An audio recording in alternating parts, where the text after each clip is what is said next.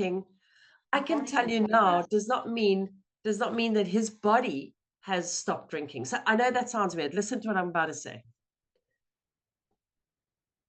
If you're an alcoholic of the hopeless variety and you stop drinking, you cessate from drinking, okay? You stop. But you don't pick up the simple spiritual toolkit laid at your feet and you go live on page 52. Your body physically is going to continue regressing as if you were still drinking. I've seen this with my own eyes in the rooms.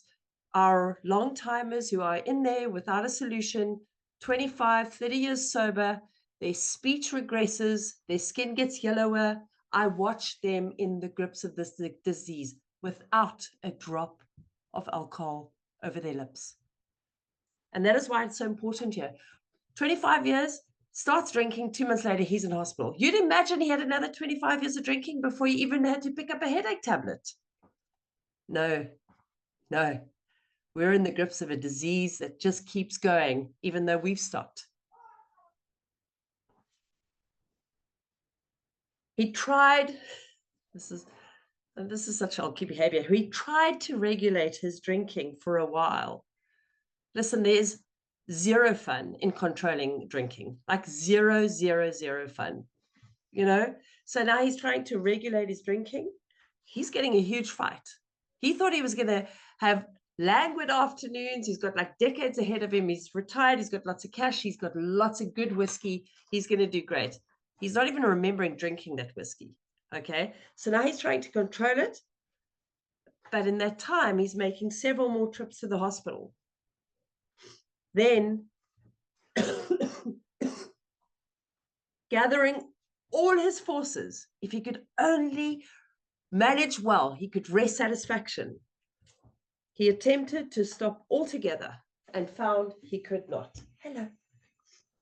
Every means of solving his problem, which money could buy, was at his disposal. Every attempt failed.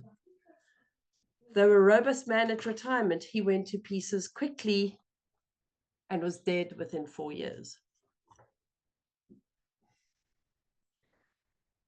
And I've seen that, I've witnessed that with my own eyes. I was in treatment in 2014 with a gentleman who celebrated 8 months after leaving treatment. And a week before his birthday, he decided, you know, it's his 65th birthday, he deserves a drink. And 3 weeks later, he had died of pancreatic, I don't know what it's called. I mean, his pancreas just gave in. 8 months and 3 weeks, within 3 weeks, he was gone because his body had just continued as if he'd been drinking. Yeah. Another reference I made here is page 2. Let's go look. What did I say here? Page 2, second chapter.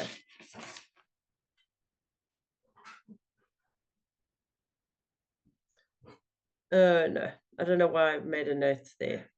Okay. I digress. All right, we're going to continue. Page 33, second paragraph. This case... participate. Yes, thank you. Can I have some water now, please? Out of observer status now, Jeff. Going back to the paragraph before we begin with this example, though there is no way of proving it, and the reason we can't prove it is because nobody stops in time they get here at the end of the road. Second of all, this example right here probably it contains 10 different stories. We could spend a month talking about this story. Talks about in the book, we believe that some of us could have quit. Now, some of us were not. Some of us were instant mania for alcohol. I may be one of those. I may fit the description of the jaywalker, which we'll get to eventually. The obsession was so great, regardless of the consequences that I knew I was facing. I couldn't resist the impulse to take the first one. I knew what was coming after I took it. There was no insanity involved. There was the inability to contain the obsession. That's where this power must come in. This guy understood that he had a problem with alcohol. He made up his mind that until he was successful, be it 5 years or 25, he was not going to touch another drop. An exceptional man, he remained bone dry. We can read into that and say that the bedevilment's plagued him. I guarantee if he was a real alcoholic of our type, he didn't white knuckle it for 25 years. He'd have blown his brains out, most likely, or drank. But what happens is his alcoholism wasn't as progressed as it was when he was 55. Now, I take contention. I don't know Bill as well as most of you do. You guys quote him. You know how he think and how he wrote. I do not. I just read what the book says. And my experience is this, that if alcoholism is a progressive illness, it has nothing to do with the ingesting of alcohol. It's progressing while I'm not drinking or while I'm drinking. I don't slow it, impede it, or accelerate it. So at 25 years, I promise you, he did not find that he was just where he left off at 30. He was in the hospital within 2 months several times seeking treatment. And within 4 years, he was dead. If that were true, that statement, none of us over 30 years old would be here. 35 anyhow. We'd all be dead within 4 years. But he didn't feed the beast and it continued to grow. I don't think he fell victim to the belief, although it's a belief we need to be aware of, that his long period of sobriety enabled him to drink like other people or normal people. Here's what the story says. Nadja, I'm going to wait till my kids retire, get out of college, so that me and my wife can snuggle home alone, and then I'm going to drink, because right now drinking is interfering with my ability to be involved with their school life. An exceptional man, he was able to keep the commitment. He never said he was quitting forever. He didn't come to AA looking for a permanent sobriety date. He said, this alcohol is interfering with my ability to be successful, and at this point in time, my success is more important than my drinking, but I'm going to go to the hospital to get separated from alcohol. And this book talks about this. This is like bringing to life what it told us in chapter 2. There's no way of proving this. It talks about this, that there are those who are able to stop. You put an alcoholic and a hard drinker side by side, and they look identical to the untrained eye, drink for drink. We talked about this many times. But the alcoholic has no off switch. The person who's the heavy drinker is drinking voluntarily. The alcoholic is drinking compulsory or involuntarily. This case contains a powerful lesson for us who have come to AA because we were not able to stop or moderate on our own. If we think we can stick around here for 25 years and then safely or successfully drink again, there's a pretty good indication that we cannot. But this guy did not tell himself, I can't drink no more, or one day I'll be immune to alcohol. He said, I'm quitting until I make the million or 10 million or hit the lotto. And then what happened is the condition he set on his abstinence was met, and out came the bottle. Because I promise you, there were many times that I put down the pipe until I got off probation because I didn't want to go to jail. And once the judge says you're free, I was getting ready to start to get another case against me. So I met the condition, but I did not have relief for my alcoholism, neither did he. But I guarantee you that no one on this platform is able to stay sober 25 years by dint of will. We don't meet those kind in AA unless they sneak in through Al-Anon. I'm done pontificating. I'm back to observing. I can tell you what I do think happened in this time is he consumed his time and his hours in the office like we would have pursued alcohol or that pipe. That mind and that obsession and that allergy would have taken manifest and shape and form somewhere else in this 25 years. But yeah, we're pontificating. Man of 30, carpet slipper dude. So thanks, Bill. Page 33, second paragraph. This case contains a powerful lesson. Most of us have believed that if we remained sober for a long stretch, we could thereafter drink normally. So let's just stop. Anybody who's here tonight, new in, back in, been around a while, Is that your experience? Do you think maybe after a while that maybe you're not like us? Maybe you can drink normally? Has that like crossed your mind? Yeah, it has. It has. Stop and ask your sponsee, is this your experience? Like, is this something you've thought about? Because there's a warning coming here, and there's a warning instruction. Rachel know what I'm talking about. But here it says most of us have believed that if we remain sober for a long stretch, we could thereafter drink normally.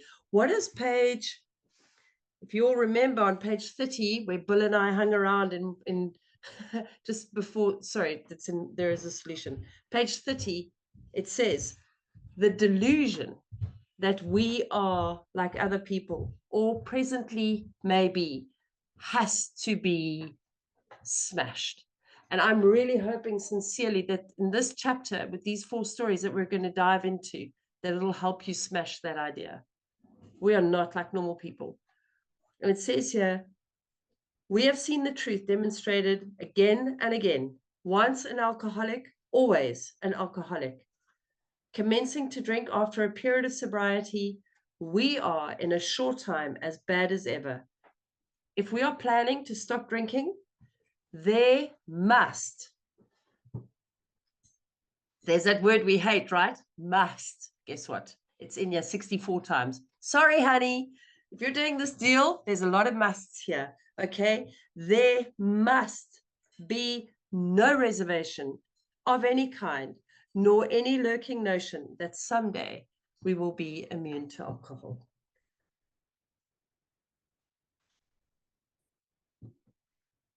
Young people may be encouraged by this man's experience to think that they can stop as he did on their own willpower. We doubt if many of them can do it, because none really will want to stop, and hardly one of them, because of the peculiar mental twist, that mental obsession already acquired, will find he can win out. Several of our crowd, men of 30 or less, have been drinking only a few years, but they found themselves as helpless as those who had been drinking 20 years. To be gravely affected, one does not necessarily have to drink a long time, nor take the quantities some of us have. And this is particularly true of women. Potential female alcoholics often turn into the real thing and are gone beyond recall in a few years. Certain drinkers who would be greatly insulted if called alcoholics are astonished at their inability to stop. And we, who are familiar with the symptoms, what are the symptoms? Lack of control, lack of choice, mental obsession, allergy of the body. See large number of potential alcoholics amongst young people everywhere, but try and get them to see it.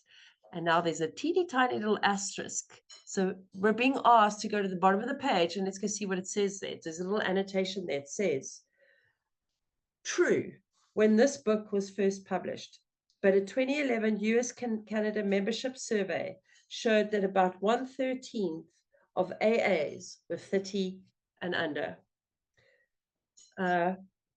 When I went to go look at the 2023 survey at the beginning of this year, it says that up to 9% of AA's membership is under 30.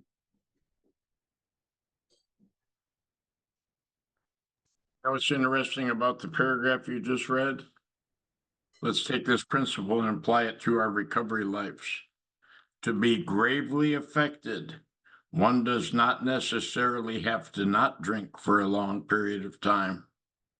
Because the power of God goes deep, the 12 steps work independent of my length of time abstinent. And they were taking these steps very rapidly early on and having powerful and spectacular recoveries and spiritual experiences. And sometimes I think we fall in love and celebrate the time, the age we stopped drinking, how long we drank for, how long we're sober, as if my daily reprieve today depended on what I did back in 1978. But if I don't have to drink long to be gravely affected by alcoholism, I don't have to do this process for a long time to be gravely affected by the grace of God. It can happen for some of us almost instantaneously.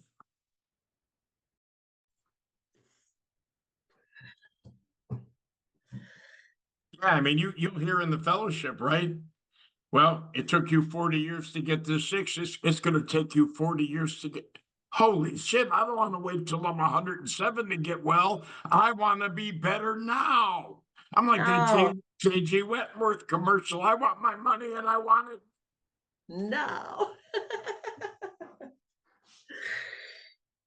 Yeah, it's good to be back with you, but it's so good to see you again. Page 34. As we look back, we feel we had gone on drinking many years beyond the point where we could quit on our willpower. Let's change it into a question. Did my willpower work? Did your willpower work? If anyone questions whether he has entered this dangerous area, let him try leaving liquor alone for 1 year. If he is a real alcoholic and very far advanced, there is scant chance of success. What is a real alcoholic? I think we might have forgotten. Well, I know I do. I need constant reminding, constant reminding. Let's go have a look. It says on page 24, the fact is that most alcoholics, for reasons yet obscure, have lost the power of choice in drink. Our so-called willpower becomes practically non-existent. Let's continue. We're gonna bounce around a little bit. I see there's quite a bit of cross references here. Sorry, where were we? Okay, 32. Let's keep going.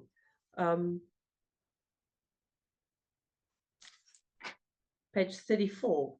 Roger, while you're looking up that line, this just kind of, it doesn't confuse anyone who is listening to this talk later on tape. What I was saying is this guy couldn't have stayed sober for 25 years if he was at the progressed state that he was 25 years later. It's telling us right here, most of us can't even stay sober a year. In fact, it's almost impossible to bring into my memory with sufficient force last week's butt kicking or a month ago, let alone 25 years. But he was able to stop while there is time where he still had power of choice over drink.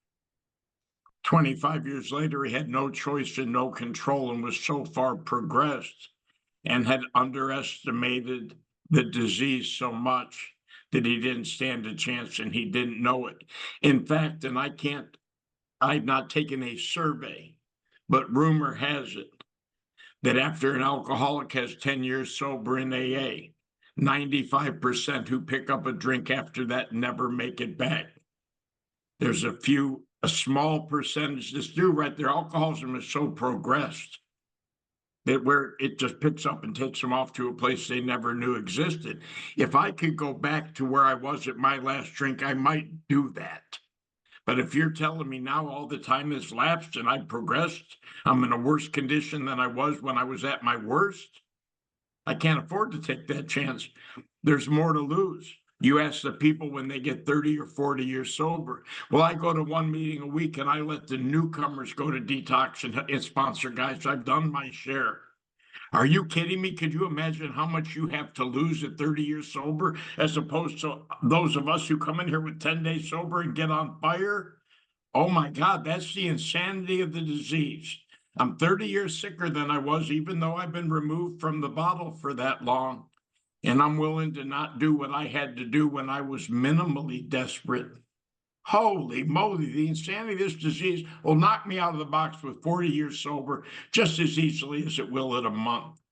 Time has nothing to do with this. The grace of God and my participation in the maintenance of my spiritual condition. And guess what the good news is? I was a lot more spiritually screwed up last week than I am today.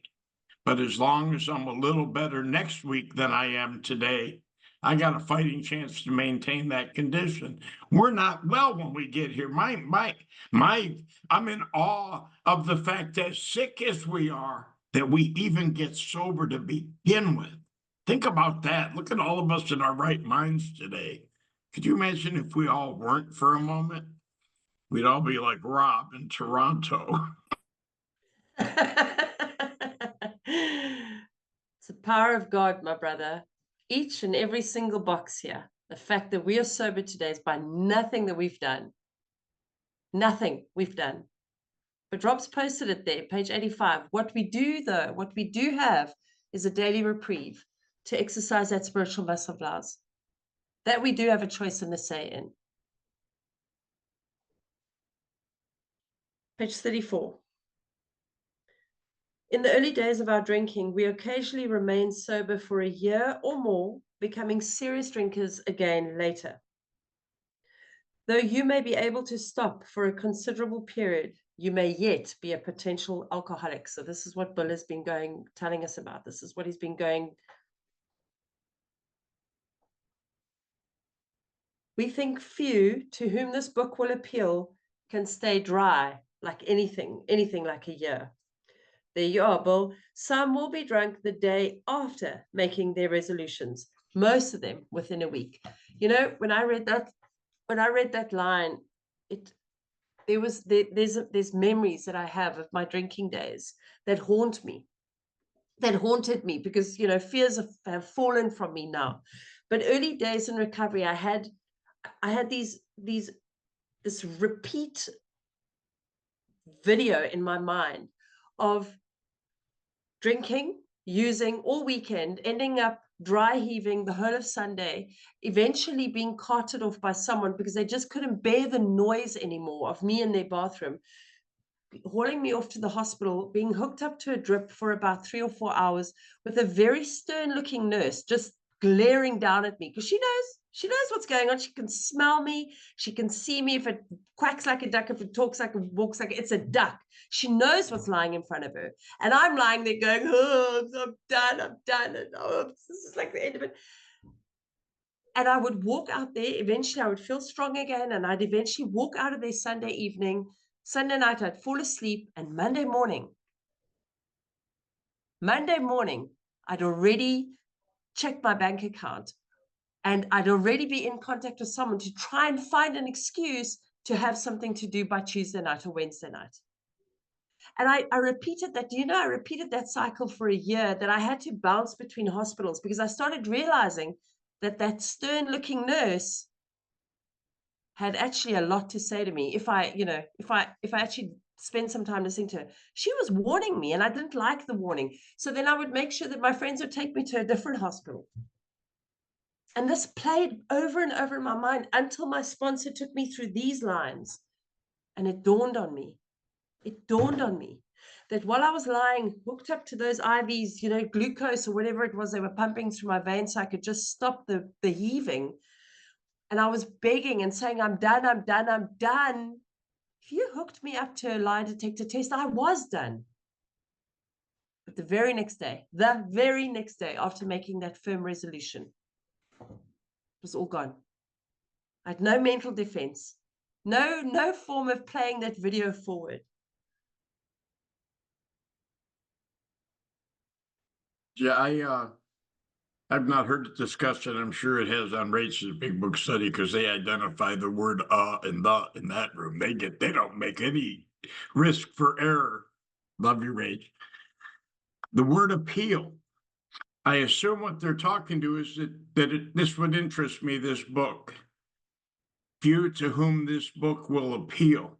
And when I look up the definition of appeal, it's talking about a serious or urgent request, typically one made to the public. In this case, let's assume it's alcoholics who are reading the book. I always thought it appealed, right? Like that appeals to me. That's appealing to me. I like that color. I'm going to buy that car because of the color.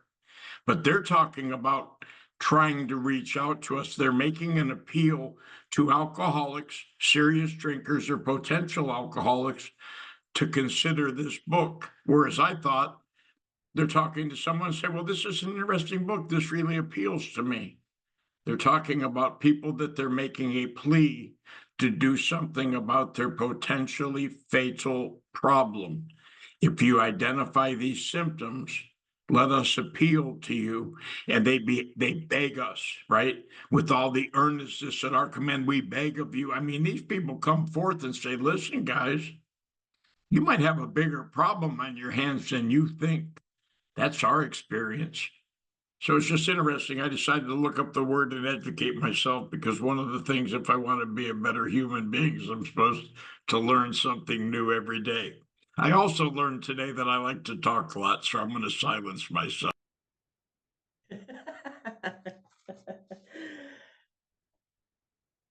What does it say in chapter 5? It says some of us hold on to our old ideas and the result is null. And an old idea, I love what you just did for me. Thank you. And Rachel so does it, is I thought that was it. I thought this book will appeal to me, but no, it's actually appealing to me. It's actually begging me thoroughly, like, fearlessly.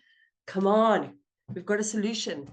You always wondered, why has everyone got the manual to life and I didn't? Ta-da! Anyway. Just since I've accepted the fact that I'm one of those alcoholics who's emotionally gravely disturbed, I don't care anymore. I accept it. So today, the book says God will constantly disclose. What you just said, I shared with someone this morning. The story about holding on to old ideas was about some lady who looked back and turned into a pillar of salt. Do you really think there was a mind there that turned her into Salt Morton Salt Girl? No. What it's saying is, if you're holding on to your old ideas, you might not escape what's behind you that the rest of the people are running from. All those stories that they told us were, like my sponsor said, they were stories to make a point. And the point is, these people were coming out of a place God called them out of because there was trouble there. It might have been alcoholism, it might have been something else. But all of them were heading out. And you know what? One of the ladies looked back and they said, don't hold on to your old ideas, because the result was nil.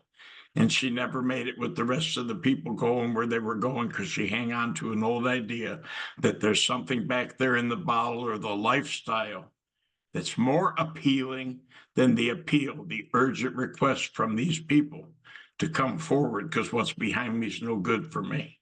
That's amazing. I'm getting more revelation knowledge and disclosures than ever. And isn't it interesting? It says God will constantly, not periodically, not once in a while, not monthly. We don't get a publication. Constantly disclose more to you and to us. Wow. Wow, where do we find God now? It's like now we just keep this thing just keeps happening, man. It's insane.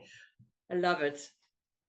And Bill, one of those old ideas I clung on to was the fact that I had read this book. I'd read this book. I'd read it. There was nothing you could teach me. I'd read it. I'm a speed reader. I was a little book nerd at school. Now I get to be a book nerd with you guys, which is awesome. Thank you so much. But I got to read this book and I clung on to that old idea tooth and nail, boy. You're all telling me get a big book sponsor, go through the pages of the big book sponsor. And I'm like, but I've read the book. I don't need to. It almost killed me. And not because I wanted to drink. I wanted to put a bullet through my brain, but I didn't have the guts. So the other thoughts are doing it to me. Anyway, page 34, third paragraph. For those who are unable to drink moderately, the question is how to stop altogether. Forever. That's another word for altogether, is forever. Forever. Like never ever again do we need to drink. One day at a time. Daily reprieve, but never ever do we need to drink again. We are assuming, of course, that the reader desires to stop. That's just a requirement to do this work. Whether such a person can quit upon a non-spiritual basis depends upon the extent to which he has already lost the power to choose whether he will drink or not.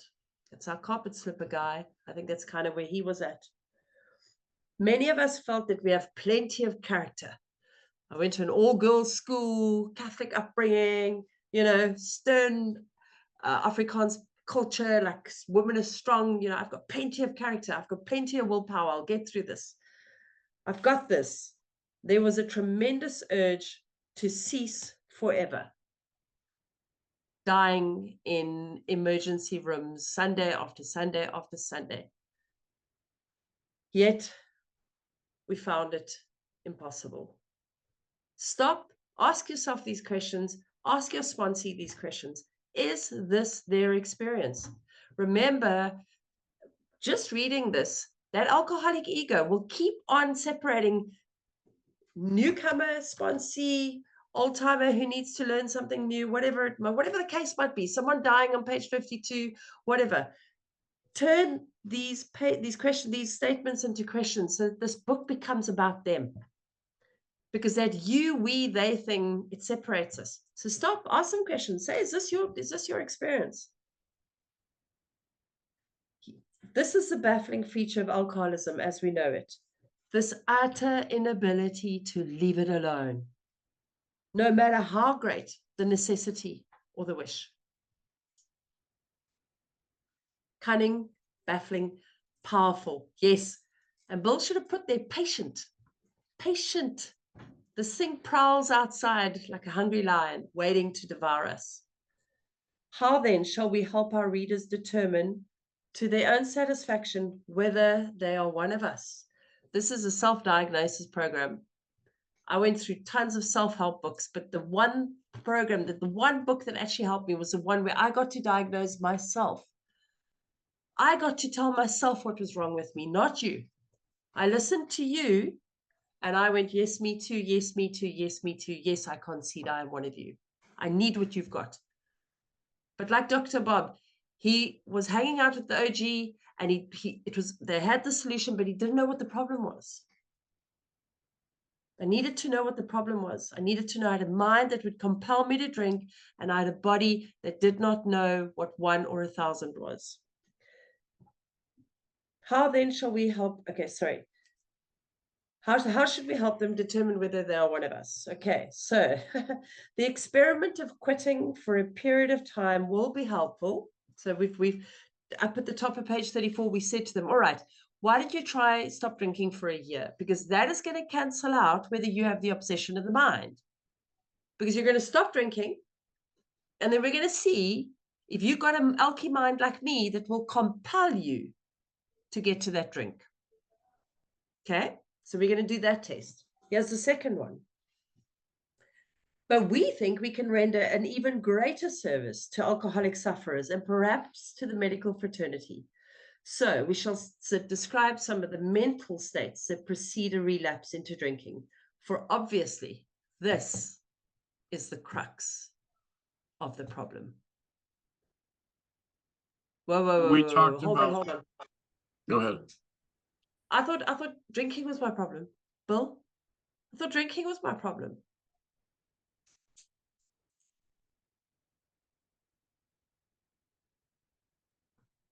Oh, you called at me. I'm sorry. I thought I interrupted you. I know I interrupted you, so I stopped, but apparently. So if you remember, me and Rob went into this last week when you were not here, when they sent out the book to make the diagnosis. They said you can if you're not convinced, why don't you step over to a bar, try and drink, stop abruptly, try it more than once. It may be worth a bad case of the jitters. But it is not only a self-diagnosed illness, because it tells us in the chapter working with others. If I'm sure that you are an alcoholic, I can't be sure if it's self-diagnosed unless you give me enough of the symptomology for me to say, you can tell me you're not an alcoholic, because I am one of those that did not like this part here. I like the part where it says, if you're not sure, go out and try some controlled drinking. Now, I did it on and off for 40 years and I should have stuck around. But what I'm saying is, there's more to it than that. It's diagnosable now. And because it's been deemed an illness or a disease, a malady, it has symptoms. And if I've got the symptoms, one of the characteristics of this disease is to tell myself I'm not that bad, or I just had a bad spree. I was going through a bad time, because the inability to imagine my life without alcohol is so overwhelming. I will, by every form of self-deception and experimentation, even if it means stopping abruptly, even just once, I will be willing to pursue that into the gates of insanity or death, because I cannot imagine a life of abstinence. That's the crux of the problem. The not drinking, Right? A guy said once, he said, it's the not drinking that's killing me. And that's true about the progressed state of alcoholism. The internal spiritual malady, you called it the ism, my inability to be okay in my own skin, no matter what. And I'm looking for a connection with the divine, hence the name spirits, which alcohol once gave me. It lit up my life. But now it's lighting it up while it's burning it to the ground. I got to get out of the fire. Can you hose me down and let me drink a little? That's all I'm looking for. And we're free. We're free from that. Page 35, second paragraph. Here we go. Where's that cookie? Where's that highlighter for the word thinking or any mental activity? What sort of thinking dominates? That's the deal. Our alcoholic thinking dominates us. It leads us by the nose. It drives us. It whips us. It's the boss who repeats time after time the desperate experiment of the first drink. Alcohol stopped doing for me what it did for me in the beginning. It's like that evil genie that turned on me. It made my dreams come true in the beginning, made my dreams come true. Took away my worry problems. It made me funny. It made me popular. It made men want me. It made me, it made my dreams come true. And at the end, it turned around and all but cut me to ribbons. Friends who have reasoned with him after a spree which has brought him to the point of divorce or bankruptcy are mystified when he walks directly into a saloon. That day that Bill on Armistice Day was driving on the tram with a fellow soldier, and Bill's telling him like how alcohol is destroying his life and he has no choice but to drink. He doesn't want to. And the tram stops and they get given a free drink because it's Armistice Day and they're ex-soldiers, and Bill doesn't even blink an eye as he takes it. And the guy looks at him, he goes, this sort of thinking must be crazy. Why does he? Of what is he thinking? There's that word again. Oh, okay. It's 10:02. Are we going to launch into gym? Yeah? We got time? Can you elaborate? It's interesting. On page 31, where it says, here are some of the methods we have tried. Aren't those also different mindsets that always lead back to the first drink? We're looking at Jim, the carpet guy, Fred, the jaywalker, and all of them seem to have made up their mind that it's not a good idea to drink. And the carpet slipper's case is kind of an exception to the rule because he stayed sober a long period of time with the intent to stay sober for a long period of time with an end game in sight. Jim and Fred conceded to the fact that they had what we had, but they didn't think what we had to do applied to them. They found out they were wrong. The jaywalker is a guy with a mental illness. He's got a mania. He can't help himself. He can't help himself. He jumps in front of the car the day he gets out of the hospital. It has nothing to do with premeditation or any type of thought. He's mentally deranged. But it talks about, this whole chapter really deals with the thinking of an alcoholic. And when you got into that and it talks about what type of thinking dominates an alcoholic, the jaywalker guy's under the influence of alcohol, though it be not in him. So is Jim and Fred, but at a different mental state, if you will, or a different magnitude. But what about all these other methods that I try to either control, moderate, or stop my drinking that always lead me back to the first drink? Going to sanitariums, trying out places, spas, taking yoga, trying physical exercise, reading books. Either I'm not going to get as bad once I start, or I'll be able to stay sober long enough that the next time I start, the results aren't going to be that bad. I could be way off here, and I probably am, but there's a whole lot of more types of thinking that dominates an alcoholic than the three they're going to give us. There are people who have crazy story ideas where, in the face of everything going well in their life, they know it's not a good idea to take a drink and they take a drink anyhow. And it talks about the nonchalant drinker, the one who finds himself pounding on the bar saying, "How did I get started again?" When this thought's supplanted or replaced with the old idea, either I'll try again tomorrow, what's the use? I'm a hopeless condition. I've now placed myself in a region where there's no return through human aid.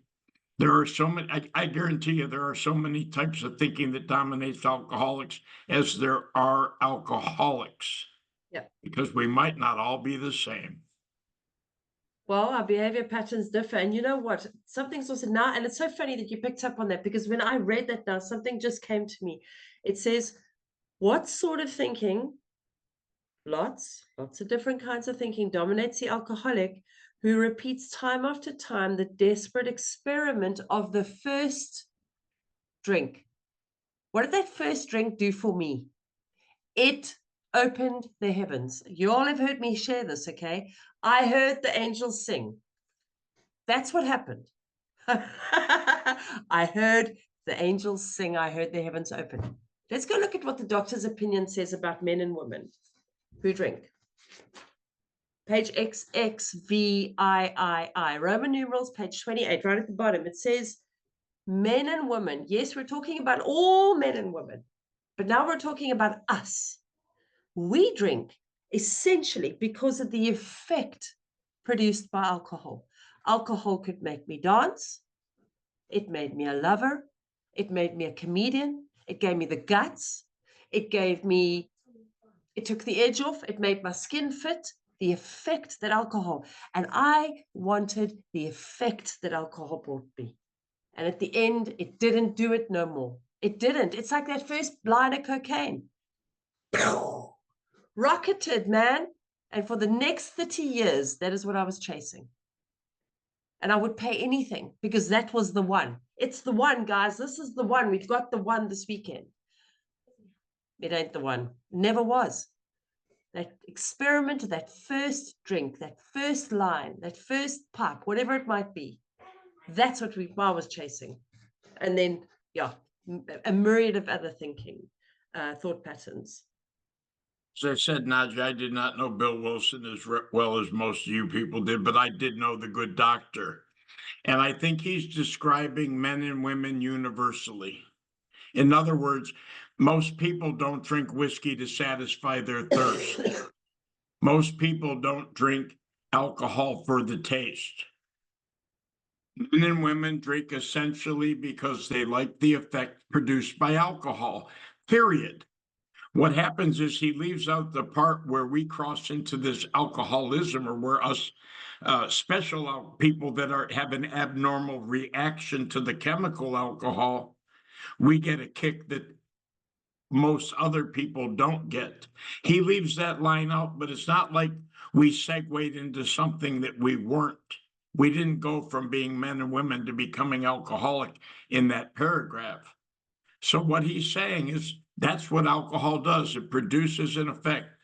There are some people that just get a little relief. You've heard them talk about it. The people we don't understand, they say, "I had a couple drinks, I'm feeling it now." They got the effect produced by alcohol as we did. But then the sensation for us begins to elude us. And then we can no longer differentiate the true from the false, that this stuff's not good anymore. Not only is my liver and my kidneys starting to shut down because it can't process the quantity I'm feeding it, but my life's going out of order, but it doesn't matter because I'm chasing the effect that most people get from drinking alcohol. It eludes me. That's what the word elusive means. I can't catch it anymore. But I think sometimes we mistake that and think that alcoholics are the only one who receive the effect from alcohol. That's not true. Give my mom a couple drinks, and guess what? She thinks I'm her favorite kid. Let her sober up, and she realizes she was wrong. Hey, Bill, you know what? I'm gonna call it a night on that. I just want us to, just for a second, just remember that it says in the book, many pursue it to the gates of insanity or death. Many. And for those many, if we can just take a couple of seconds and just remember them and just pray for them, just pray, because it's praying for them that they'll come in here. It was your guys' prayers that brought me here. So next week, I look forward. We're going to launch into gym. Yeah, and then we're going to get to my favorite, Fred. I love you guys. It was awesome being here again.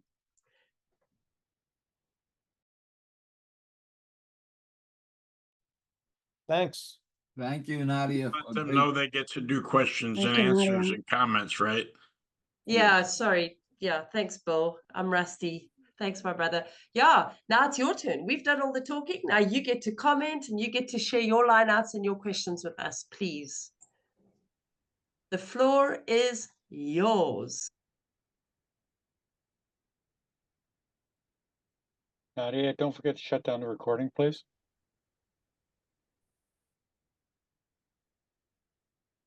And God forbid someone corrects me and